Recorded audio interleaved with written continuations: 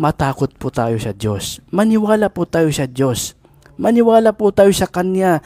Huwag po nating maliitin yung kakayahan ng Diyos. Huwag po nating insultuhin ang Diyos. Huwag po nating hamunin ang Diyos na naglikha sa atin, mga kababayan, na si Allah subhanahu wa ta'ala.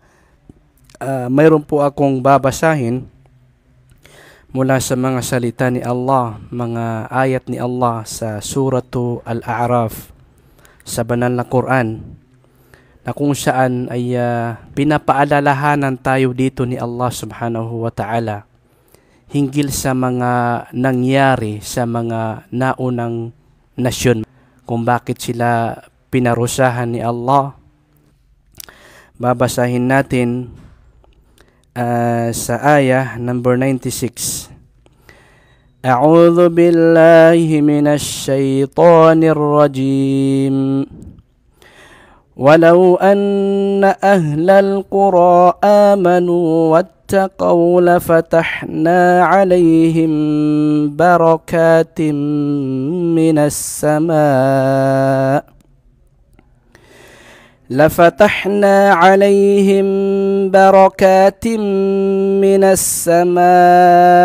والأرض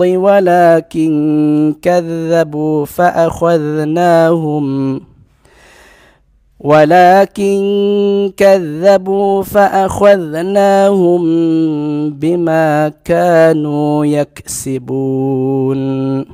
Ayon sa malapit-lapit nitong kahulugan, sinabi ni Allah, at kung ang lahat ng mga tao sa bawat bayan ay naniwala, pinaniwalaan nila ang mga sugo na ipinadala sa kanila at nagkaroon sila ng takot kay Allah. Sinunod nila ang mga ipinag-uutos sa kanila ni Allah at iniwasan nila ang anumang ipinagbabawal sa kanila ni Allah. Walang pag-aalinlangang bubuksan namin sa kanila ang mga pintuan ng mga biyaya mula sa kalangitan at kalupaan, subalit pinasinungalingan nila ang mga sugo. Hindi sila naniwala kay Allah. Hindi sila naniwala sa Diyos. Hindi sila naniwala sa mga sugo na ipinadala sa kanila ng Diyos. Na kung kaya, dahil doon, pinarusahan namin sila ng masidhing kaparusahan dahil sa kanilang pagtanggi at paglabag. أفأمن أهل القرى أن يأتيهم بأسنا بياتا وهم نائمون. Iniisip ba ng mga tao sa bawat bayan na sila ay ligtas mula sa pagdating ng kaparusahan ni Allah sa gabi habang sila ay natutulog? Awa amina ahlul qura an ya'tiyahum ba'suna duhan wa hum yal'abun. O nakatitiyak ba ang mga tao sa bawat sandali na sila ay ligtas sa pagdating ng kaparusahan ni Allah sa umaga habang sila ay walang kamalay-malay na abalang-abala sa mga makamundong buhay? أفأمنوا مكر الله فلا يأمن مكر الله إلا القوم الخاسرون.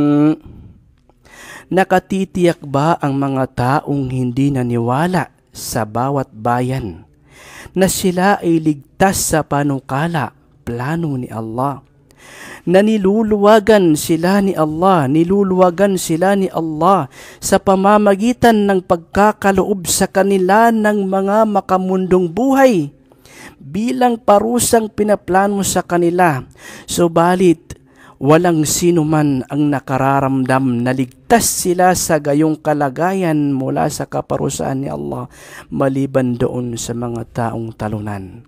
Mga kapatid at magulang sa pananampalataya at mga kababayan, nakakatakot po na dahil sa pagtanggi ng mga tao sa paniniwala sa Diyos, sa paniniwala kay Allah subhanahu wa ta'ala, Bukod pa roon ay iniinsulto nila ang mga ayat, ang mga salita ni Allah. Hinahamon nila si Allah subhanahu wa ta'ala. Minamaliit nila yung kapangyarihan, kakayahan ni Allah subhanahu wa ta'ala. Itinatanggi nila ang mga biyaya sa kanila ni Allah subhanahu wa ta'ala.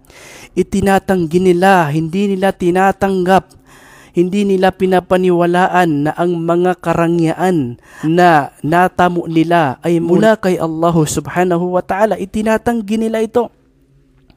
Hindi pinapasinungalingan nila na ang universe, ang mga lahat ng mga stars, lahat ng mga nalikha, nakikita man ng tao o hindi nakikita ng tao, itinatanggi nila na ito ay mga likha ni Allah subhanahu wa ta'ala.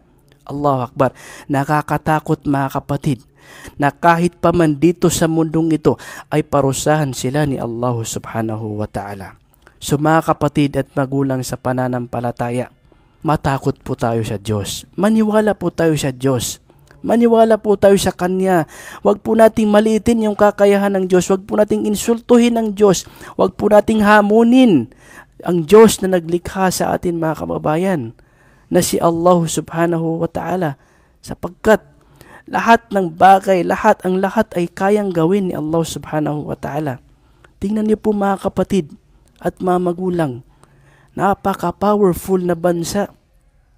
Sa ilang sandali lang ay subhanallah ipinakita sa kanila ni Allah subhanahu wa ta'ala na wala silang kakayanan mapigilan ang kaparusahan, ang galit ni Allah subhanahu wa ta'ala. So mga kapatid at magulang sa pananampalatayang Islam, kuhaan po natin ng aral ang mga nangyaring ito.